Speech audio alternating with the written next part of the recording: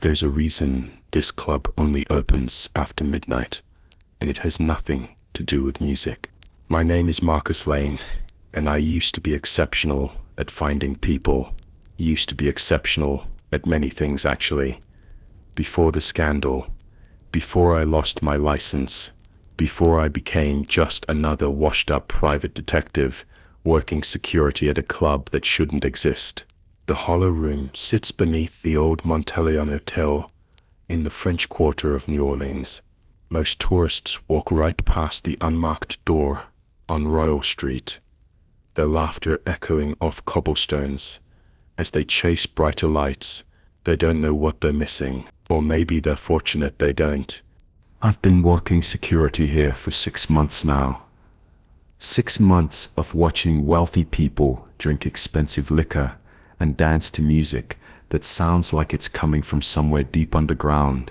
6 months of pretending I don't notice the things that don't add up. 6 months of telling myself I'm just paranoid, that my detective instincts are seeing patterns where none exist. But patterns have a way of revealing themselves, whether you want them to or not. Like how the club has no official business license on file with the city. I checked twice. Like how the staff turnover is impossibly high, with employees simply vanishing mid-shift. Like how some of the regular customers look familiar, but when I try to place them, my memory slides away like water through my fingers. Tonight started like any other. I checked IDs at the door, kept the peace among the intoxicated elite, and tried not to think about how far I'd fallen. The November air carried the scent of rain and regret, typical for New Orleans in the fall.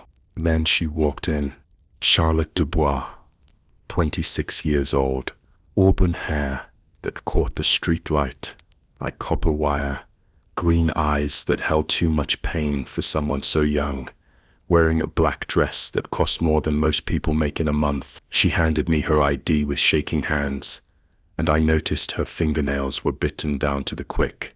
"First time here?" I asked, though I already knew the answer. First timers always had that look, desperate, searching, barely holding themselves together. She nodded, swallowing hard. Someone told me this place helps people forget. The way she said it sent ice water through my veins. That should have been my first warning.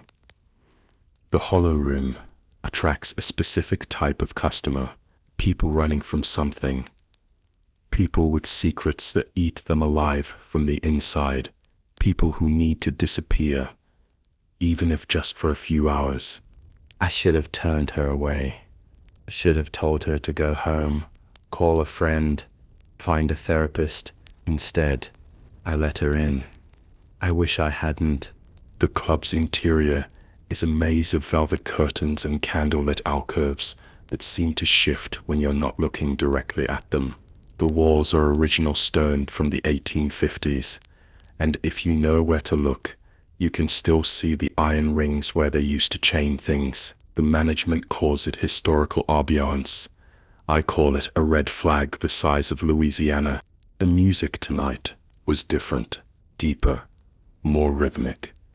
It seemed to come from beneath the floor, vibrating through the soles of my shoes and into my bones. The customers swayed to it in a way that looked almost involuntary, their movements synchronized like marionettes dancing to the same strings. I tried to keep track of Charlotte, but the crowd kept shifting, faces blurring together in the dim light. One moment she was at the bar, nursing a drink that glowed faintly blue in the candlelight.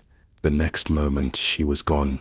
I've seen people leave the club before, usually through the front door, sometimes through the back alley, occasionally carried out by paramedics after drinking too much. But Charlotte didn't leave. She just disappeared. I know because I checked the security footage, all 6 cameras. She walked toward the restroom at 2:07 a.m. and never came back out. But here's the thing that made my old detective instincts scream. The restroom door never opened again that night. Not once. The footage showed her walking down the hallway, her hand reaching for the door handle, and then nothing. The next frame showed an empty hallway, as if she'd simply been edited out of existence. I rewound the footage and watched it again. Same result. Charlotte Dubois had walked into a dead end and vanished into thin air. Subscribe and hit the bell if you want to know what I found when I went looking for her, because what happened next changed everything I thought I knew about the world. Drop a comment and tell me what time you're watching this from and what city you're in. Trust me, you're going to want to stick around for this one. The next morning, I couldn't shake the feeling that something was terribly wrong.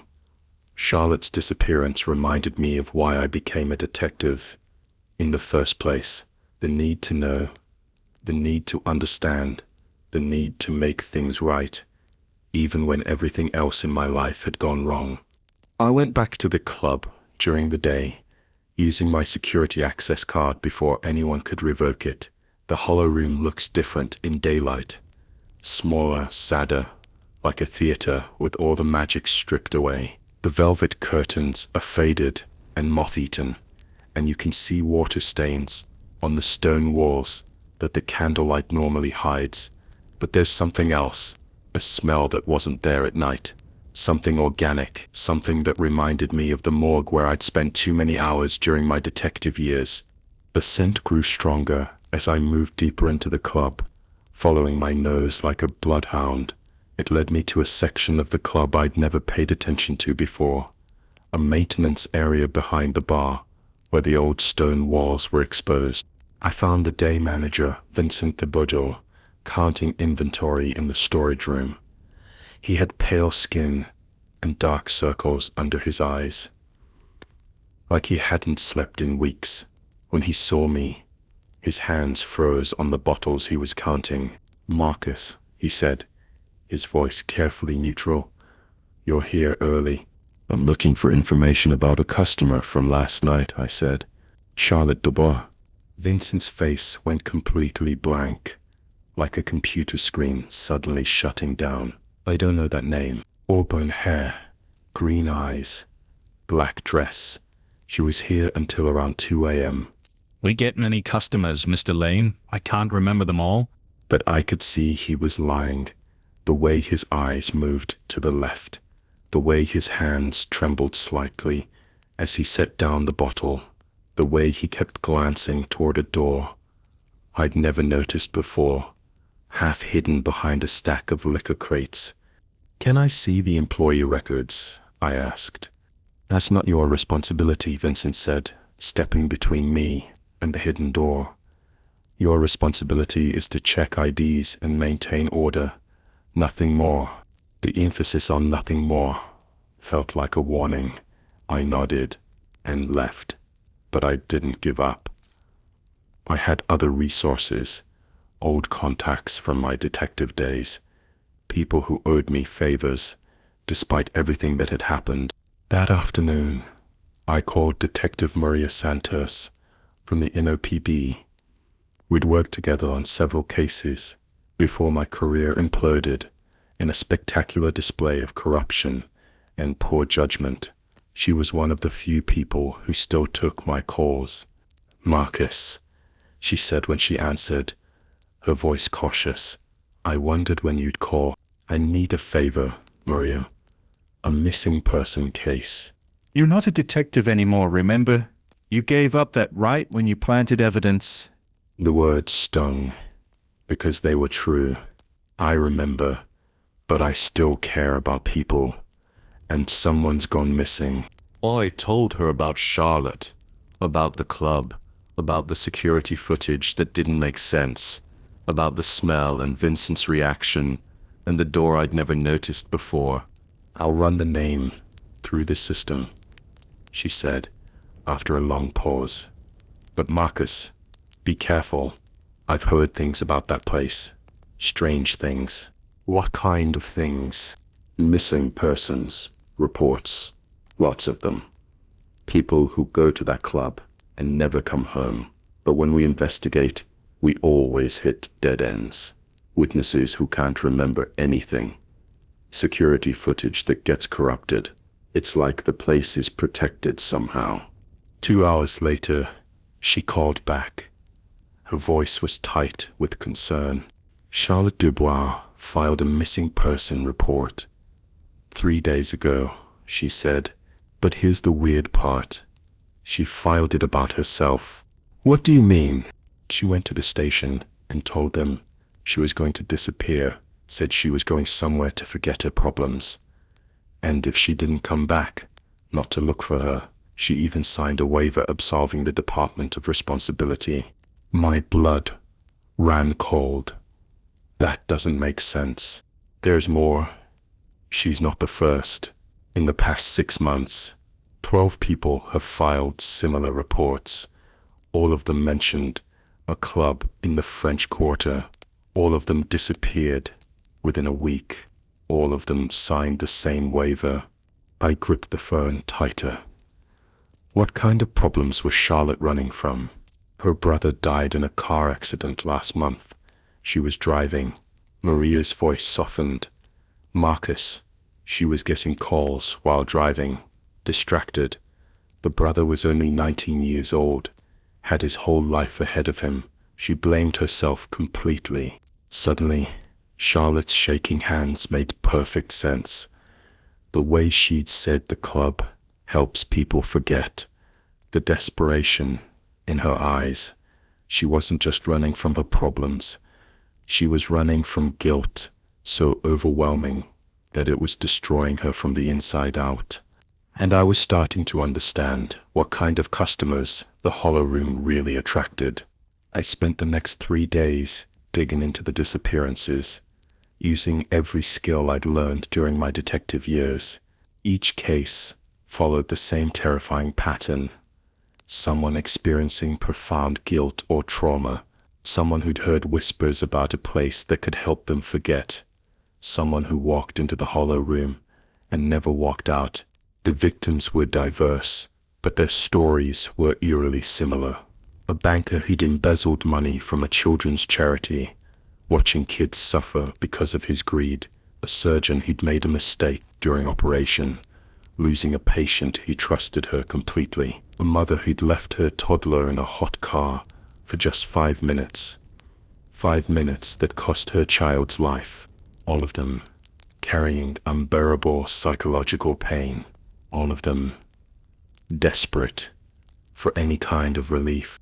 I tried to access the club's employment records through a contact at the city planning office. What I found made my blood run cold. The Hollow Room had been operating under various names for over a century. The Crimson Door, the Midnight Society, the Penitent's Den. Always in the same location, always attracting the same type of clientele, always leaving the same trail of missing persons. But the historical records told a much darker story.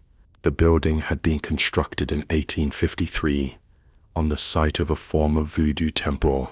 During the Civil War, it was used as a makeshift prison where Confederate deserters were held before execution. Later, it housed a series of businesses that all shared one common trait. They closed suddenly after reports of strange occurrences. I found newspaper clippings from the 1890s describing unexplained disappearances. Local man vanishes after night of drinking. Read one headline, police baffled by missing persons cases. Read another, articles from the 1920s about strange sounds coming from beneath the building. Voices calling for help that stopped as soon as investigators arrived. Police reports from the 1960s documenting investigations that were mysteriously closed. Witness statements that were filed and then immediately sealed. Detective notes that mentioned unusual circumstances and phenomena beyond normal explanation. The pattern was clear and terrifying. Whatever was happening at the Hollow Room had been happening for generations, and somehow it kept getting covered up. I decided to go back to the club that night, not as security, but as a customer. I needed to see what Charlotte had seen, experienced, follow the same path that had led her to disappear. The bouncer at the door was someone I didn't recognize, a massive man with tattoos covering his arms and a scar across his left cheek that looked like it had been made by something with claws. "I'm Marcus Lane," I said, approaching the door. "I work security here." He looked me up and down with eyes that seemed to reflect light like an animal's. "Not tonight, you don't." "What do you mean?" "Vincent says you're asking too many questions. Says you're not employee material anymore." His voice was gravelly, like he'd been smoking for decades. "Says you're not welcome inside. You've been fired, or at least banned." But that wasn't going to stop me from finding out what happened to Charlotte. I waited until the bouncer was distracted by a group of drunk tourists and slipped around to the back alley. The staff entrance was always unlocked during operating hours, a security flaw I'd noted but never reported. I knew the layout well enough to avoid the main floor and the areas where Vincent might spot me. The basement level was off limits to customers. I'd never been down there, but I knew it existed.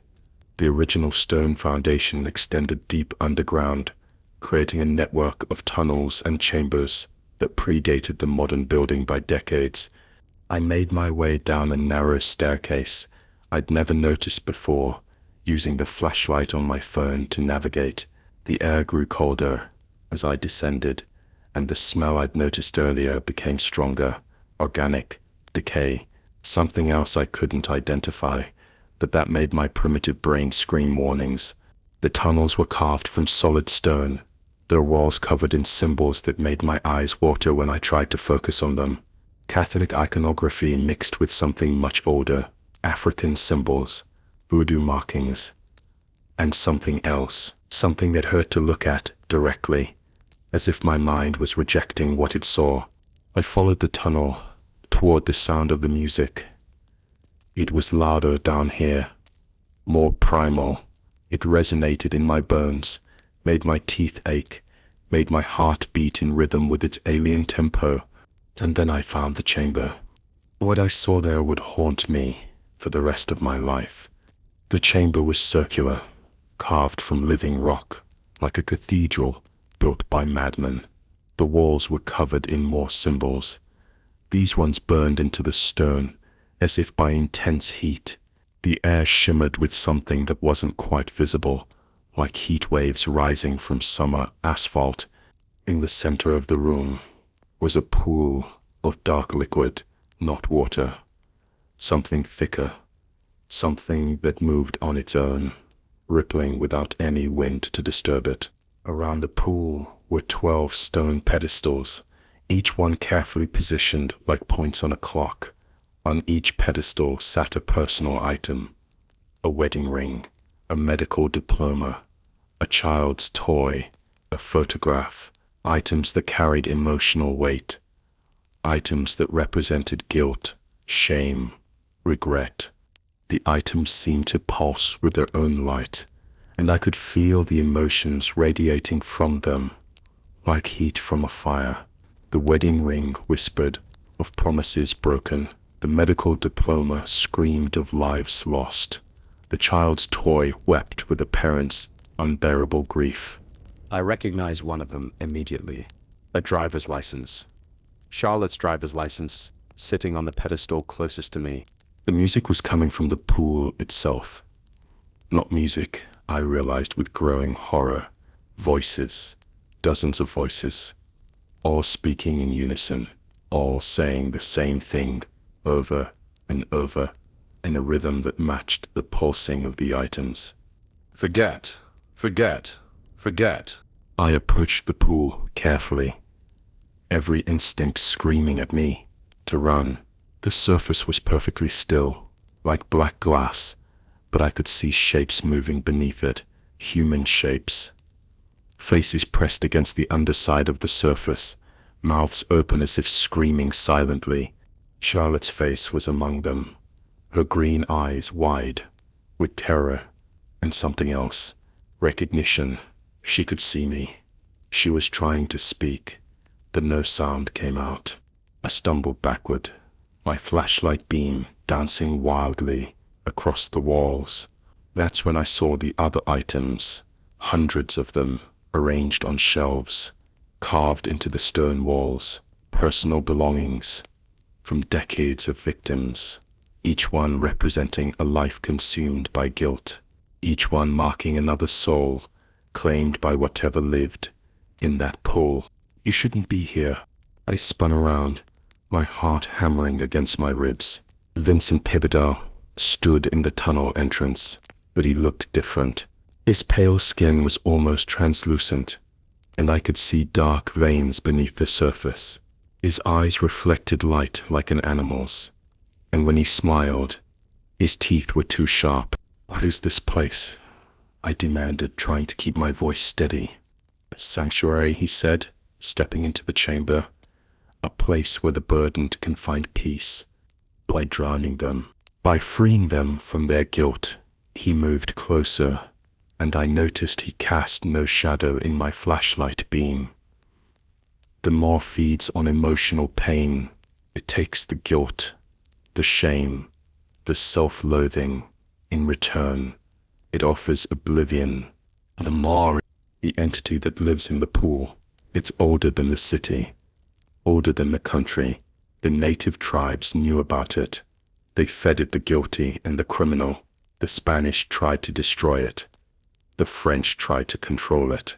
We've learned to work with it. Word back toward the pool, keeping my eyes on Vincent. "You're completely insane." Practical. Do you have any idea how many people in this city are consumed by guilt? How many carry burdens that destroy their lives and the lives of everyone around them? We provide a service. We end their suffering. You destroy them. We transform them. They become part of something greater.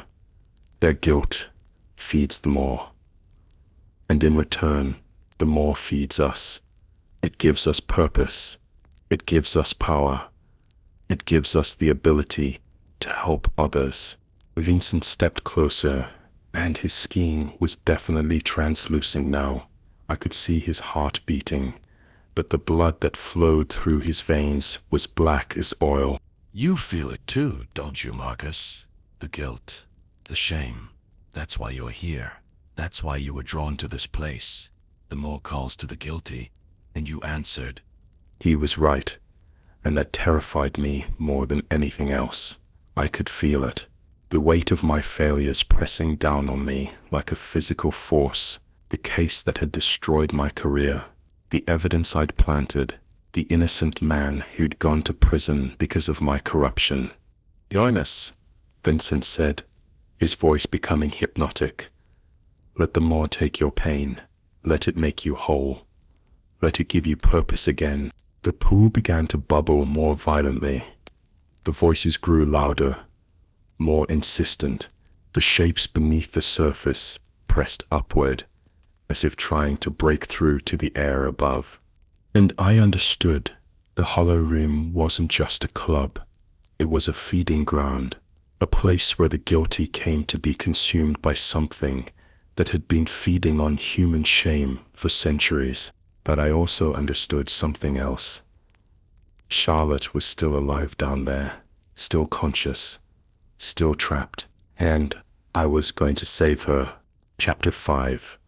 The truth about the maw. "How long have you been working for it?" I asked Vincent, still backing away from him, toward the pool. "Working for it?" He laughed, and the sound echoed strangely in the chamber, seeming to come from multiple directions at once. "I am it, or part of it. We all are." He gestured to the shadows, and I realized we weren't alone. Other figures emerged from the darkness, staff members from the club, but transformed, their skin translucent, their eyes reflecting light, their movements unnaturally fluid and synchronized. "The maw doesn't just feed on guilt," Vincent continued, his voice taking on an otherworldly quality. "It reproduces through it. When someone carries enough shame, enough self-loathing, the maw can inhabit them, use them, transform them into extensions of itself. How many people work for you? Everyone in the club, the bartenders, the waiters, the musicians, the security staff, even some of the customers. We're all connected to the Ma now, all part of its network, all serving its purpose. I thought about the regular customers I'd seen, the ones who looked familiar but wrong. They weren't just customers. They were bait, transformed victims who lured others like themselves to the club, spreading the infection of guilt and shame. What about the owner? Who runs this place? Vincent's smile widened, showing those two sharp teeth. There is no owner. There never was. The mall owns itself. It's been operating this establishment for over a century, adapting to changing times, learning new ways to attract the guilty, always feeding, always growing stronger. The pool bubbled more violently. The voices were getting louder, more desperate. Among them, I could hear Charlotte's voice, pleading for help in a language that might have been English but sounded like it was coming from underwater. She's still alive, I said. Alive is a relative term. She's part of the mobbing now. Her guilt feeds it. Her consciousness is preserved, but transformed. She'll never feel pain again, never feel shame, never feel the crushing weight of her mistakes. That's not peace. That's destruction. Is it? Tell me, Marcus, what has your guilt given you? What has your shame accomplished? You lost your career, your reputation, your self-respect, your ability to help people. Wouldn't it be better to let it go? Wouldn't it be better to find peace? I could feel the pull of the pool growing stronger, the promise of release, the idea that I could finally stop carrying the weight of my mistakes, stop reliving the moment I'd planted that evidence, stop seeing the face of the innocent man I'd sent to prison. But I also remembered why I'd become a detective in the first place, to help people, to find the truth, to make things right, even when it was difficult. No, I said firmly, I won't let you do this to anyone else. Vincent's expression darkened, his features becoming less human and more predatory. You don't have a choice. The maw has chosen you. Your guilt calls to it like a beacon. You can surrender willingly, or you can be taken by force. The transformed staff members began to move closer. Their movements synchronized like a school of fish or a flock of birds. They were connected to each other, controlled by the same alien consciousness. But I pulled out my phone and started recording. My name is Marcus Lane. I'm in the basement of the Hollow Room on Royal Street in New Orleans. If something happens to me, I want people to know the truth about this place. There's an entity down here that feeds on human guilt. It's been operating for over a century, consuming people who... No one will believe you, Vincent interrupted. And even if they did, what could they do? The maw has been here for centuries. It survived everything humanity has thrown at it. Wars, plagues, attempts at exorcism. It's too old, too powerful, too deeply rooted. Maybe, but I'm not going down without a fight. I grabbed one of the personal items from the pedestals, a child's toy, a small wooden horse, painted in bright colors. The moment I touched it, I was overwhelmed by a wave of emotion, grief, guilt, the crushing weight of a mother's regret. But I also felt something else, love, the fierce, protective love of a parent, the determination to do whatever it takes to protect your child, even if you've already failed once. That's when I understood. The items weren't just trophies. They were anchors, each one connected to a consciousness, trapped in the pool, each one holding a piece of someone's soul. If I could destroy the items, maybe I could free the victims. I smashed the wooden horse against the stone floor with all my strength. The toy splintered into pieces, and immediately the pool began to churn violently.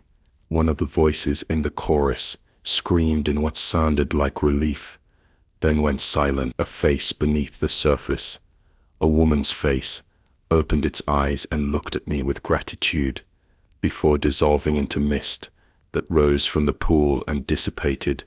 Vincent and the others recoiled as if in physical pain. They were all connected to the maw, and damaging it hurt them too.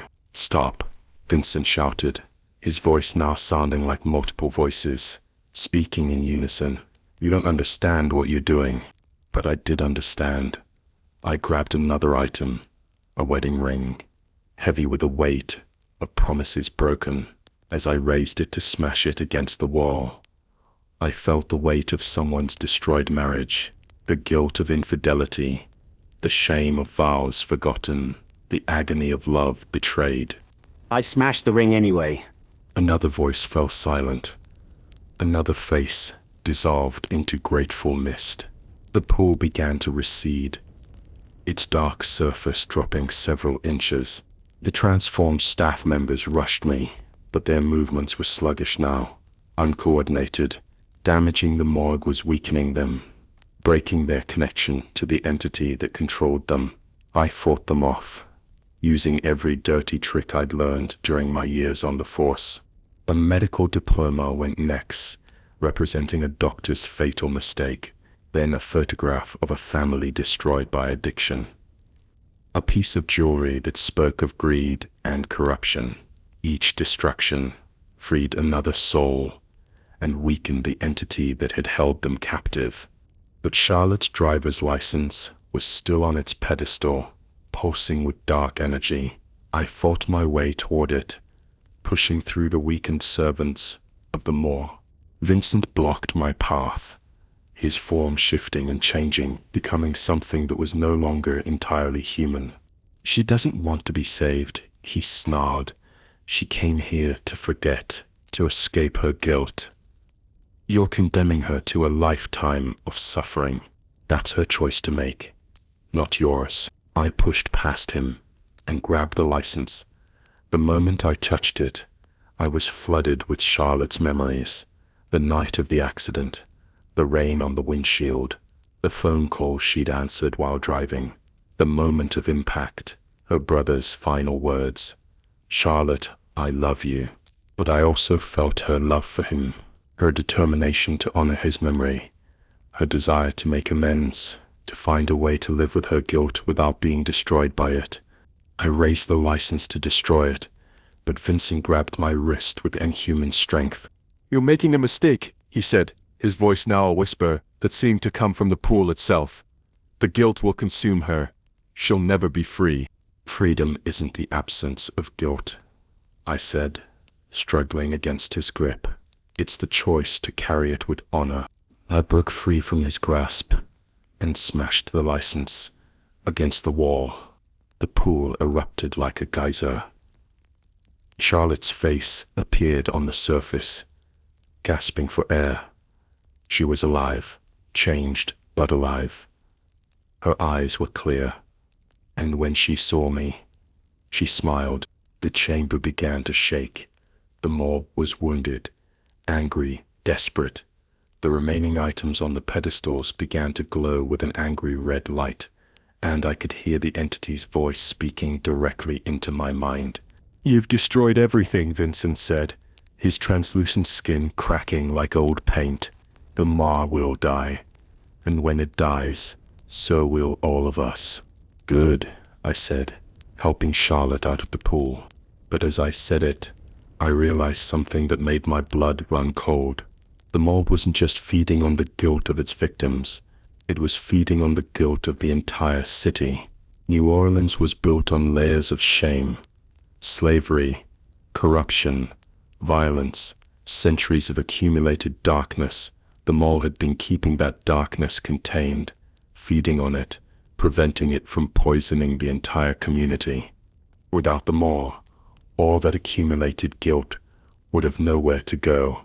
It would spill out into the world, affecting everyone it touched. I had to make a choice. Destroy the Moor completely and risk unleashing decades of accumulated guilt on the city. Or find another way. Chapter 7. The difficult choice. Charlotte pulled herself fully out of the pool, coughing up the dark liquid that had filled her lungs. Her skin was pale, but she was breathing. She was alive. She was free. "Marcus?" she whispered, her voice hoarse. "How did you find me?" "I'm a detective," I said, helping her stand. "It's what I do." But even as I helped her, I could see the change in her eyes. The weight of her guilt was returning. The pain she tried to escape was flooding back with crushing force. "I can't," she said, tears streaming down her face. "I can't live with what I did. I saw him die. I heard him calling my name. It's my fault." "Yes, you can. You have to. The pain is too much. I'd rather be back in there than feel this." Vincent was dissolving slowly, his transformed body breaking apart as the Moor weakened, but he managed to speak one last time, his voice now coming from multiple directions at once. "You don't understand the consequences," he said. "The Moor has been containing the guilt of this city for over a century. All the sins, all the shame, all the darkness that people couldn't carry alone. When it dies, that darkness will be released. New Orleans will drown in its own accumulated guilt." I looked around the chamber. The remaining items on the pedestals were glowing brighter, pulsing with malevolent energy. I could feel the weight of all that accumulated shame pressing down on me like a physical force. "There has to be another way," I said. "There is," Vincent whispered, as his form began to fade. "Take its place. Become the new vessel. Carry the guilt of the city. Let it feed on your shame, instead of consuming innocent people." "Marcus, no," Charlotte said, grabbing my arm. "Don't listen to him." But I was already considering it. My guilt was considerable.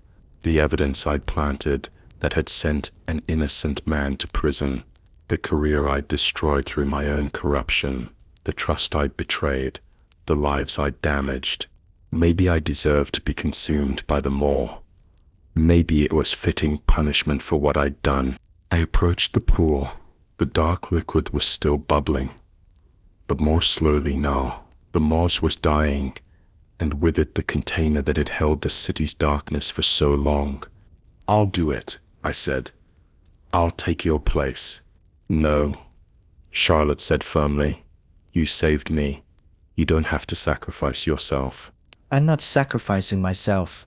I'm taking responsibility. I knelt beside the pool and placed my hand on the surface. The liquid was warm, almost alive. I could feel the Moor's consciousness, ancient and vast and hungry.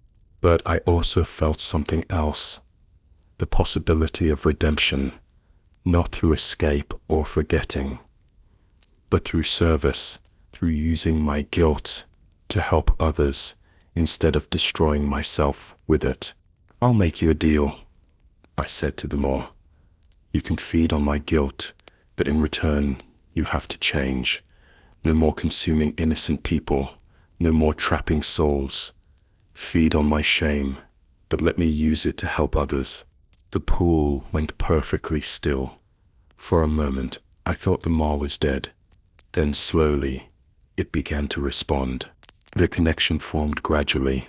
I could feel the entity's hunger, its need for guilt and shame, but I could also feel its loneliness, its isolation, its desperate desire for purpose beyond mere consumption. We made a bargain.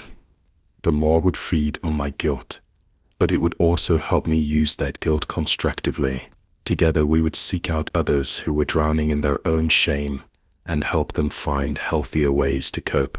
The hollow room would continue to exist, but as a place of healing rather than destruction, a place where the guilty could confront their shame without being consumed by it. The pain was immediate and overwhelming. I felt every moment of my corruption, every choice that had led to my downfall, but I also felt the Ma's ancient wisdom, its understanding of guilt and redemption. We could do this. We could transform a place of consumption into a place of healing. The transformation took 3 days. I could feel the Ma's presence in my mind, feeding on my guilt, but also sharing its ancient wisdom. It showed me the true nature of shame, how it could destroy, but also how it could motivate, how it could isolate, but also how it could connect people who shared similar burdens. Charlotte stayed with me through the process. Even though I told her she should leave, she was struggling with her own guilt, but she was learning to carry it without being crushed by it. "I'm going to turn myself in," she said, on the 3rd day, "for the accident, for leaving the scene." "Are you sure?" I need to face what I did. Running away only made it worse. My brother deserves better than a sister who hides from the truth. I understood. The Ma had shown me that guilt could only be transformed through acknowledgement and action. Hiding from it only gave it more power over you. The club reopened a week later, but it was completely different. The staff were real people now, not transformed extensions of the Ma. They were individuals who had learned to carry their own guilt without being destroyed by it, and they were dedicated to helping others do the same. The customers were still people carrying guilt, but they came seeking help rather than oblivion. They came looking for a way to transform their shame into something meaningful. I became the new manager. My job was to guide people through their guilt, help them find ways to make amends, to transform their shame into positive action. The more was still there, still feeding, but it was more selective now. It only consumed guilt that was freely given, guilt that people were ready to release after they'd learned from it. Detective Santos visited me a month later. "The missing person cases have stopped," she said, "but people are still reporting strange experiences at your club." "What kind of experiences?" "Healing, forgiveness. People say they go in carrying an unbearable guilt and come out with a sense of purpose." "What happened down there, Marcus?" I couldn't tell her the whole truth. She wouldn't believe it, but I could give her part of it. "Learn that guilt doesn't have to be destructive," I said. "It can be transformative, if you're willing to face it honestly." She studied my face. "You look different, older, but also peaceful." "I found my purpose," I said. "I'm helping people again, just in a different way." Charlotte came to visit me regularly. She turned herself in as planned, but the circumstances of her brother's death had been ruled an accident. She was doing community service, working with other people who'd been involved in traffic accidents. "I still feel guilty," she told me, "but it's different now. The guilt reminds me to be careful, to be present, to honor my brother's memory through my actions." "That's how it should work," I said. "Guilt is supposed to teach us, not destroy us." 3 months into my new role, I made a disturbing discovery. The Maw hadn't been the only entity feeding on human guilt.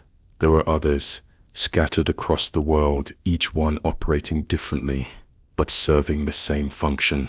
I found records of similar establishments in other cities, a therapy center in Los Angeles, where patients disappeared, a church in Boston, where confessions were never heard again, a support group in Chicago where members vanished after sharing their deepest shames. The network was vast and ancient. These entities had been part of human civilization for millennia, feeding on our capacity for guilt and shame.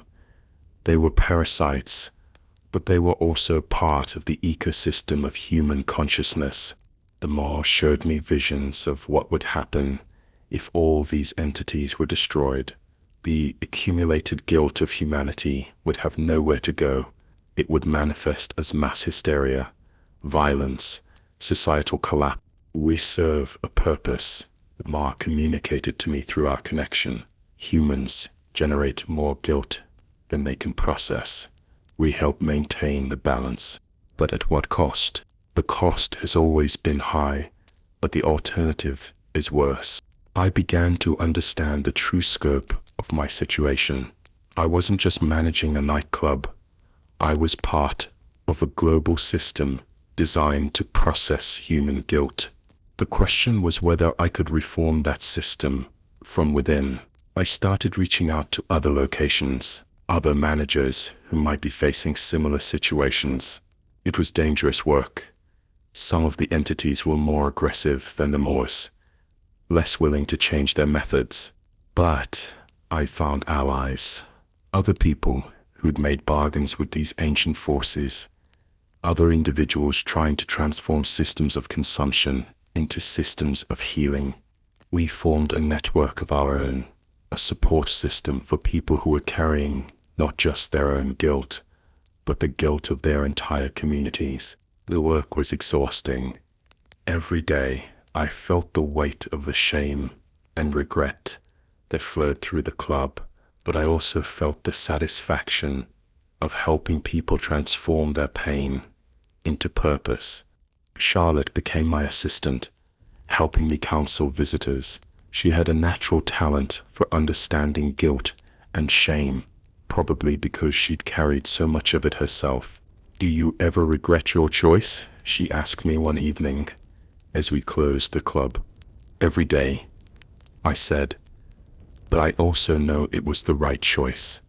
This is where I belong, even though it's slowly consuming you." She was right. I could feel the Mars influence growing stronger. My connection to it was deepening, and I was becoming something between human and entity, not transformed like Vincent had been, but changed nonetheless. "I knew the cost when I made the bargain," I said. "I'm at peace with it." But I wasn't entirely at peace. There was still the question of what would happen when I was gone. Who would take my place? How could I ensure that the system continued to evolve toward healing rather than consumption? A year after my transformation, I realized I was dying, not in the traditional sense, but my humanity was slowly being absorbed by the Ma. I was becoming something else, something that existed primarily to process guilt and shame. I had maybe 6 months before the transformation was complete. 6 months to find a successor and establish a sustainable system.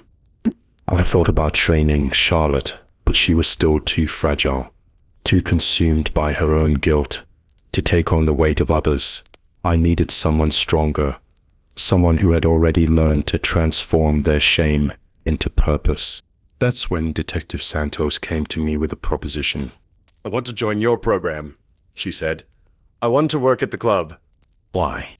"Because I've been carrying guilt for 20 years. A case I couldn't solve. A child who died because I wasn't smart enough, wasn't fast enough. I've been watching what you do here, and I think I understand it now. It's not a job, Maria.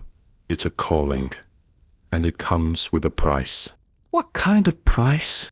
I told her everything about the mod, about the network of entities, about the bargain I'd made. She listened without interrupting, her detective's mind processing the information. "You're asking me to sacrifice my humanity to become a psychic janitor," she said when I finished. "I'm asking you to help people who have nowhere else to turn, to transform a system of consumption into a system of healing." She was quiet for a long time. Then she said, "What would happen if I said no?" "I'd find someone else, or I'd try to. But the Mon needs a human partner.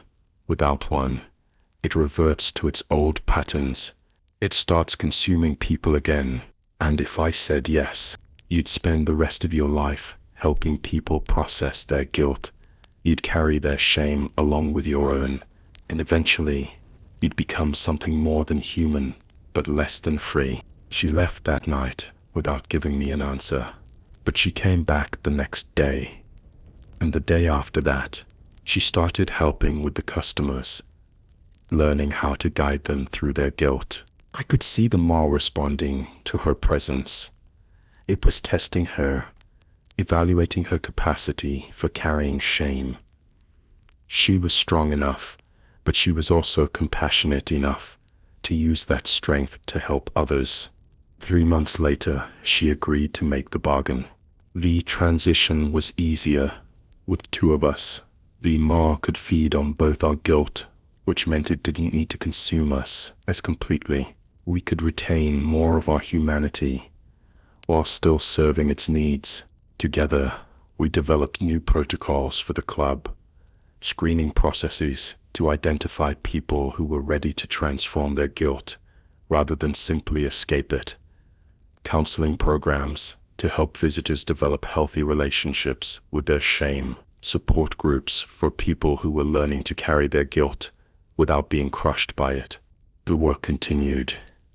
Every night, broken people came to the hollow room, seeking escape from their shame, and every night, we helped them find something better than escape.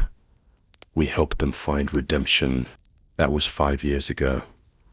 I'm still here, still serving as the bridge between the maw and the people who need its help. And Maria is still with me, though she's changed just as I have. We're something between human and entity now, capable of processing guilt and shame in ways that purely human counselors never could. The club has become something unique, a place where people can confront their darkest secrets without being consumed by them, where guilt can be transformed into purpose, shame into wisdom, but the cost remains high. Every person we help takes a piece of us with them. Every guilt we process becomes part of our own burden. We're stronger now, but we're also more isolated. There are things about human experience that we can no longer fully understand. Charlotte visits sometimes. She's married now, has a daughter. She named her after her brother. She's learned to carry her guilt as a reminder rather than a burden, and she's become an advocate for road safety. Her pain became her purpose. The network of entities continues to evolve. Some locations have successfully transformed into healing centers. Others have resisted change and continue to consume their victims. The work is far from over. I sometimes wonder what would have happened if I'd made different choices, if I'd walked away from the club that first night, if I'd let Charlotte disappear, if I'd chosen to destroy the maw completely, rather than transform it. But I know the answer. More people would have suffered. More souls would have been lost. The system would have continued unchanged, consuming the guilty and leaving their loved ones to wonder what happened. At least now, people have a choice. They can come to the hollow room and face their guilt with support, or they can find other ways to process their shame. The club isn't the only option anymore, but it's a better option than it used to be. The maw still hungers. It always will, but now it hungers for transformation rather than destruction. It feeds on guilt that's freely given, guilt that's ready to be released after being properly processed. And I'm still here, still carrying the weight of my own mistakes and the mistakes of others, still helping people find their way through the darkness of their own shame, because that's what guilt is. Ultimately, it's darkness, but darkness serves a purpose. It defines the light. It gives meaning to redemption. It makes forgiveness precious. The hollow room will continue to exist. Long after I'm gone, Maria will train others to take our place. The system will continue to evolve, hopefully toward greater healing and less consumption. But there will always be entities like the maw. There will always be people drowning in guilt.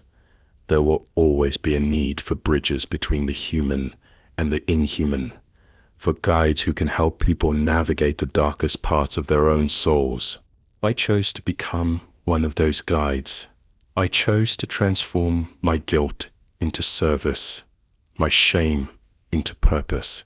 It wasn't an easy choice, and it wasn't without cost, but it was the right choice.